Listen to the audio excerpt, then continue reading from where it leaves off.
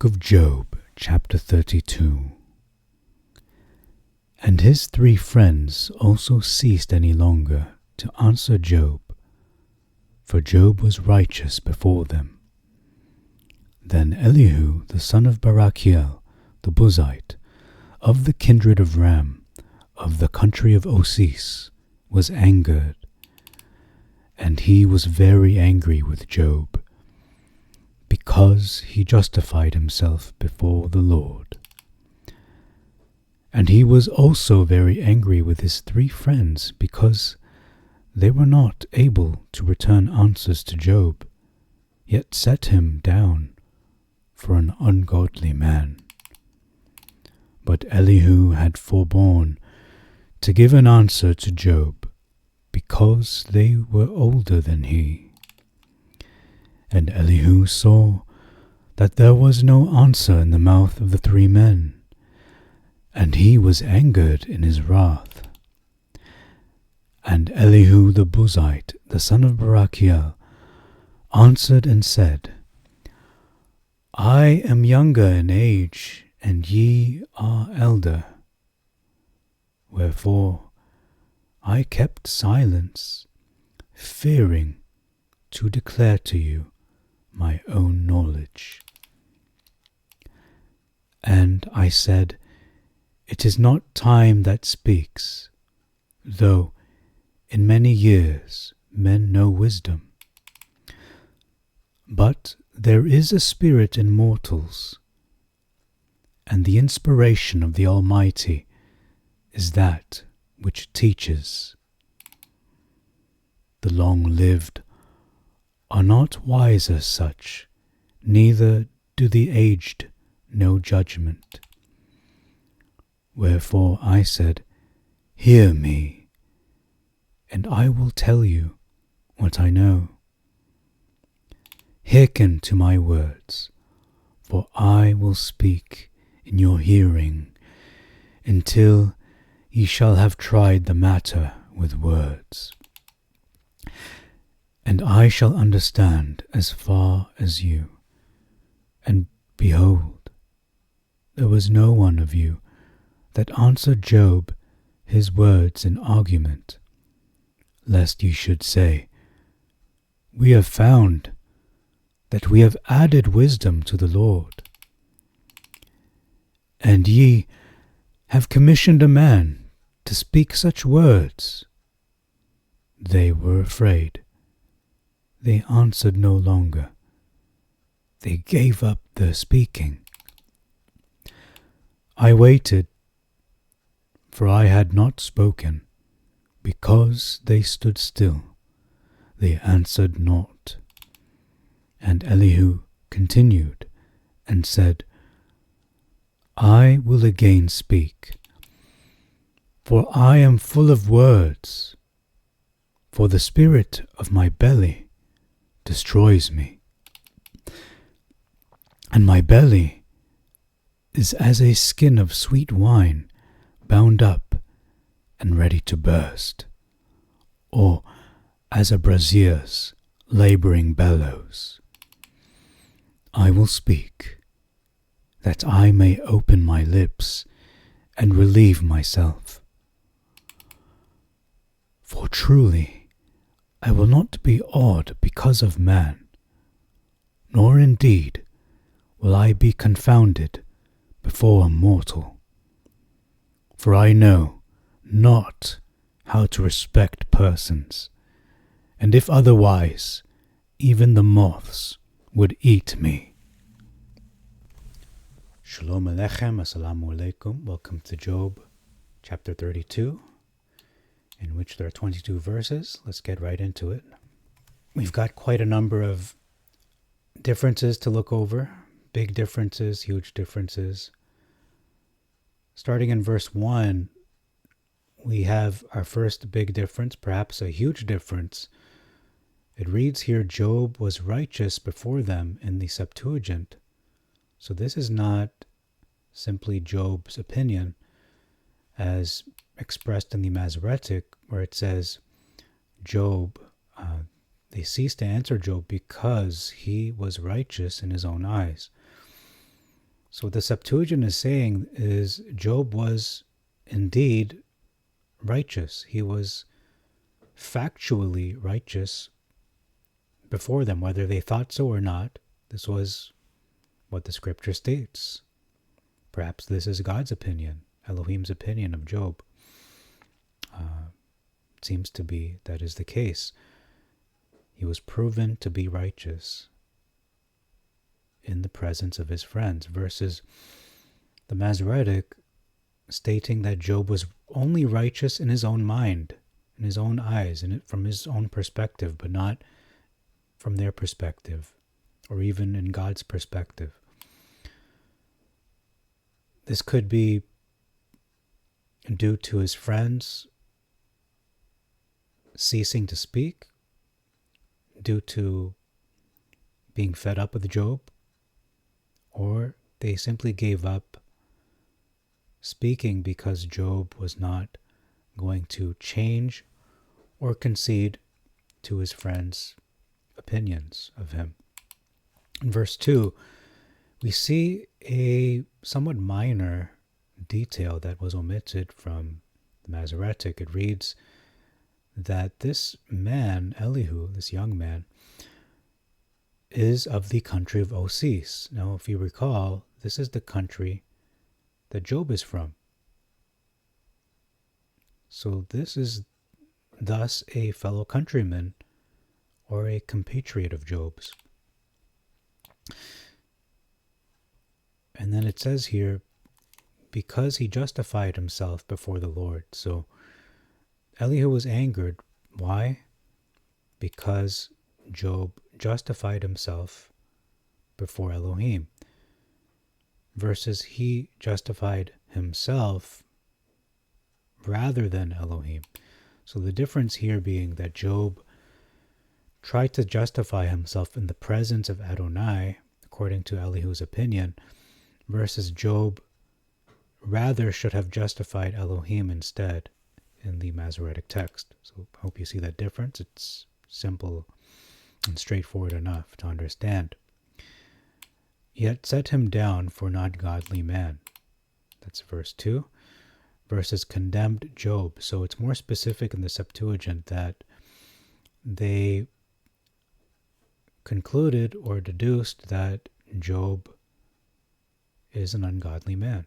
They classified him as such. They identified him as such in their minds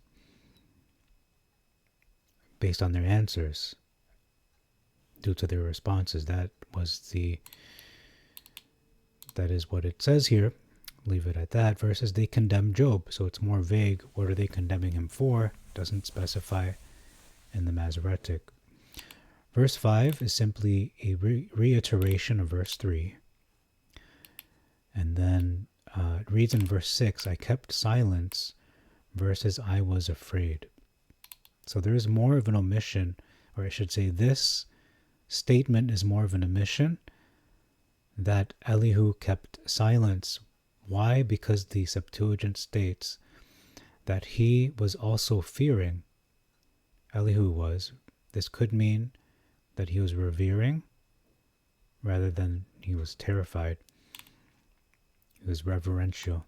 Verse 7, significant difference. It reads, it is not time that speaks, though in many years men know wisdom, versus days should speak, and multitude of years should teach wisdom. This is a memory verse to a lot of scripture students, those who are familiar with this text.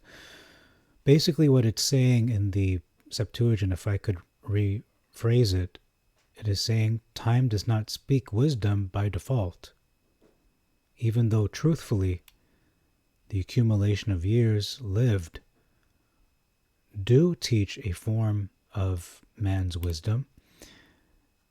It is not the case for every person who is old or aged, versus accumulated days and years should make one wise.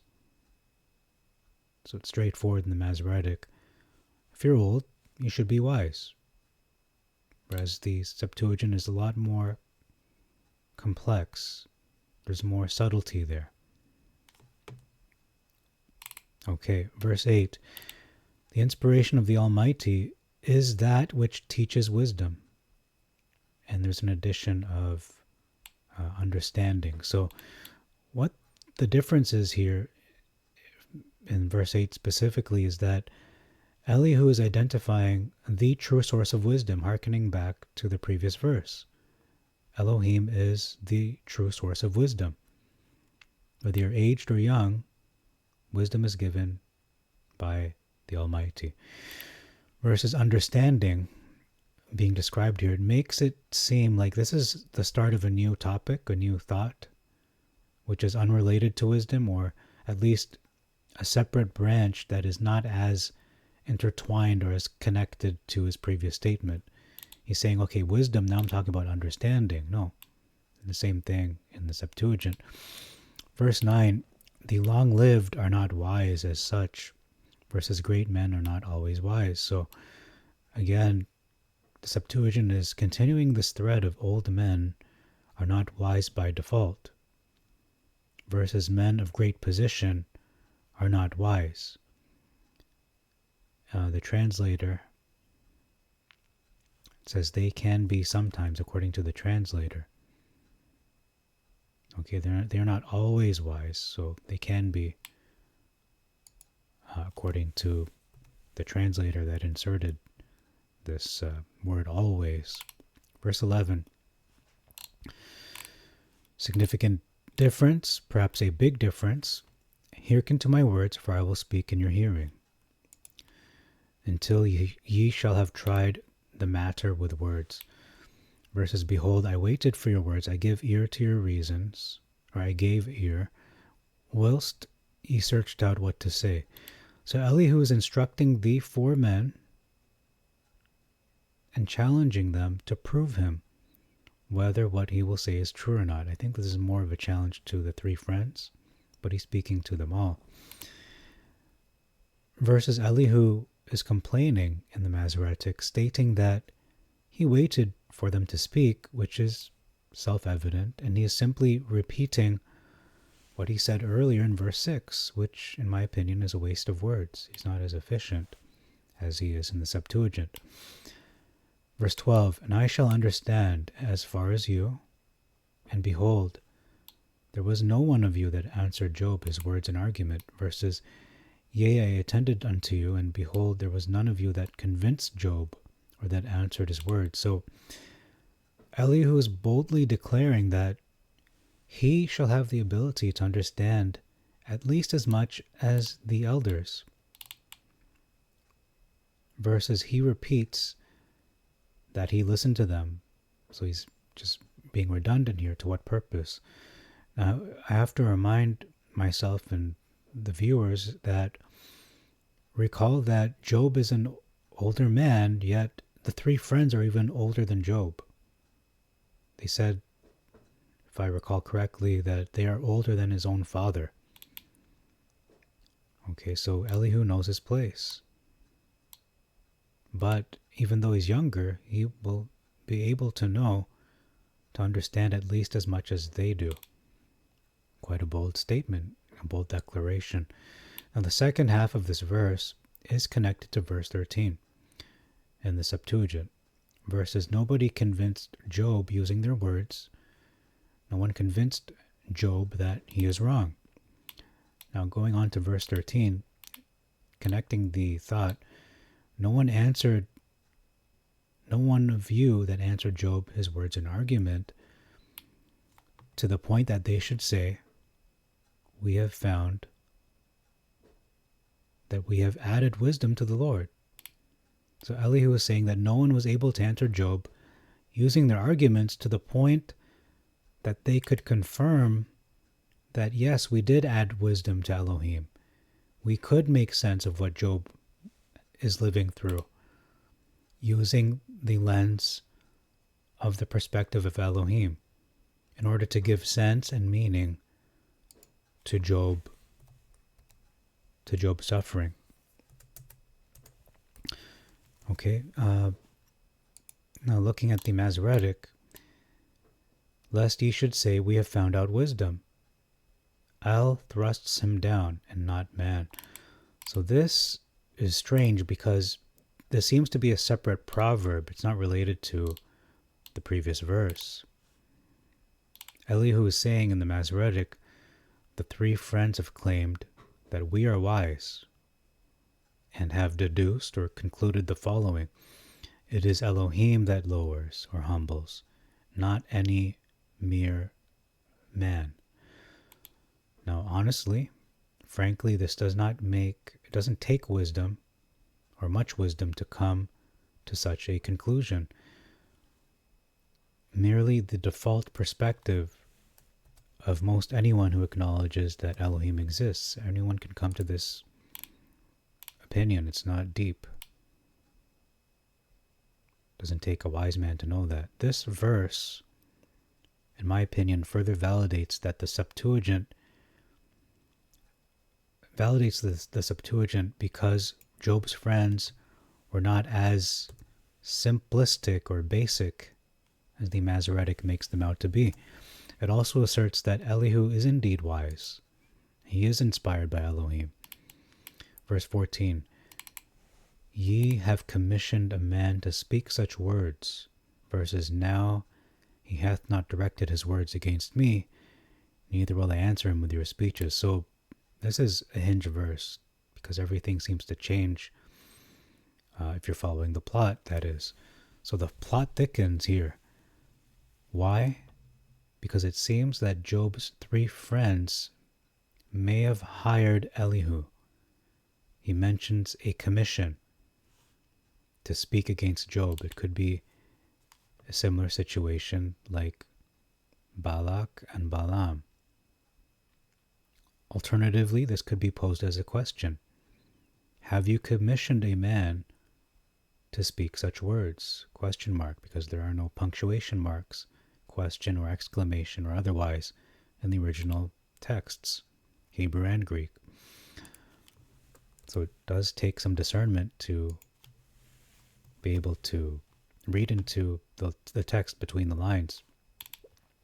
Versus Job has not spoken against I, Elihu. Obviously, why would he? Elihu will not be using the same argumentation that the three men did. That's what he's saying, just matter-of-factly. Yet this plot thickening, this plot twist, you could say, is quite intriguing. Did they or did they not commission Elihu to speak, a compatriot, to speak against his fellow countrymen? Okay, so verse 15, let's move ahead. Afraid of. So was he afraid of the allegation, or were they afraid of this allegation that Elihu made? Perhaps Elihu did come out with the truth, that they hired him, and he's revealing this to Job. He ratted them out, versus they were amazed. They're amazed at that already? It's only been a few verses. So I want you to remember something. Elihu has been present since the first opening statements made between Job and his three friends. He most likely arrived alongside Job's three friends. He didn't simply appear out of thin air in chapter 32. He's been there the whole time. He's expressed such. He's listened to them. So this could possibly be a public debate. We don't know how many individuals were spectating. Could be more than just Elihu and Job's three friends. It could be more people or less. Not less, but this could be a town hall, like a public debate in front of other townspeople. We don't know. We're not given that information, but we can only speculate. Maybe this was. That would invite more shame, more honor when we look at what is being said here throughout this book. Verse 16, I waited, for I had not spoken, because they stood still, they answered not. So either Elihu is narrating, verse 16, or he is making a public testimony. He could be speaking to the crowd, the audience. Verse 18, for I am full of words, for the spirit of my belly destroys me. Verses, for I am full of matter, which could be translated words. The Hebrew word used there is Mila could be translated word, so it's simply a poor translation, or not as accurate of a translation.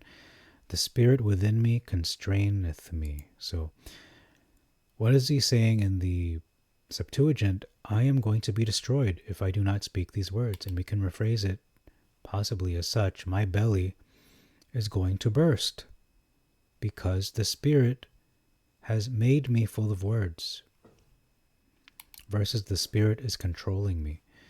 So verse 19 supports the Septuagint translation of verse 18, further reinforces this poetic language he's using of his belly being full. He goes into this metaphor of my belly is as a skin of sweet wine, bound up ready to burst. And the footnote reads for ready as boiling to burst. Verse 20, this verse further supports the Septuagint, because he's under an immense amount of pressure in his belly, ready to burst. And he says, I will speak that I may open my lips and relieve myself of that pressure. Refreshed is better translated as relieved. I have to note, ravak. This is a poor translation. I believe it should be relieved. I will speak that I may be relieved. That makes more sense. Not refreshed. Why would he be refreshed? It is more logical in terms of the word pictures that he is painting about the tight wineskin that he needs to be relieved of the pressure in order to prevent his belly from bursting. Versus feeling refreshed, that is illogical. Okay, so moving on to verse 21. For truly I will not be awed because of man, nor indeed will I be confounded before a mortal. Verses, let me not, I pray you, accept any man's person, neither let me give flattering titles unto man. So I didn't write any notes here, but I will mention it afterwards. We have to go through the last verses. For I know not how to respect persons, and if otherwise, even the moths would eat me. Verses, for I know not to give flattering titles. In so doing, my Maker would soon take me away. So let's look into these verses and consider the possibility in verses 21 to 22. Elihu could be an angel. I'm not saying he is. I'm offering the possibility that he could be an angelic heavenly host in the form of a man. He could be hinting here that he is not truly a man or a human. I will not be awed because of man, nor indeed will I be confounded or confused before a mortal. He seems to be implying that he is not a mortal. He's speaking as an angel does. That is the tone I get from reading these words. For I know not how to respect persons, and if otherwise, even the moths would eat me. Whereas in the Masoretic, we don't get that tone. He's saying, please, do not let me accept any man's person. Don't let me be partial towards a person. Neither let me give flattering titles unto man. For I know not to give flattering titles. My Maker would soon take me away. So we get the vibe that he is more of a timid young man in the Masoretic. No hint of him being an angel or a celestial being or not being immortal. Alright, so that is all for this chapter.